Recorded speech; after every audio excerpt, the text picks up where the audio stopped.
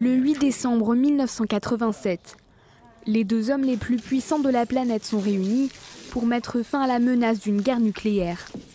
À gauche, le dirigeant soviétique Mikhaïl Gorbatchev, à droite, le président américain Ronald Reagan. Après 4 décennies de course à l'armement, ils signent un accord historique, le traité sur les forces nucléaires à portée intermédiaire, aussi connu sous le nom de traité FNI.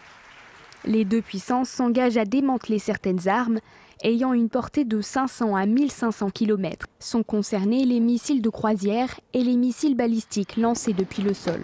Washington et Moscou en détruisent plus de 2600, jusqu'à la fin de la guerre froide en 1991.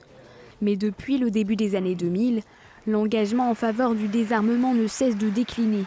Les États-Unis et la Russie s'accusent mutuellement d'avoir violé le traité. Début 2019, Donald Trump annonce son retrait de l'accord. Moscou réplique et assure qu'elle développera bientôt de nouveaux missiles. Selon ce spécialiste, c'est la porte ouverte à de nouvelles dérives. S'il y a eu des infractions, elles ont été plutôt limitées. Maintenant que le traité arrive à expiration, nous allons bientôt assister au développement et au déploiement de nouvelles armes. En fait, le développement a déjà commencé. Pour justifier la reprise de l'armement, les États-Unis et la Russie pointent la menace de la Chine. N'ayant pas signé de traité FNI, le géant asiatique est libre de développer ses propres missiles de moyenne portée.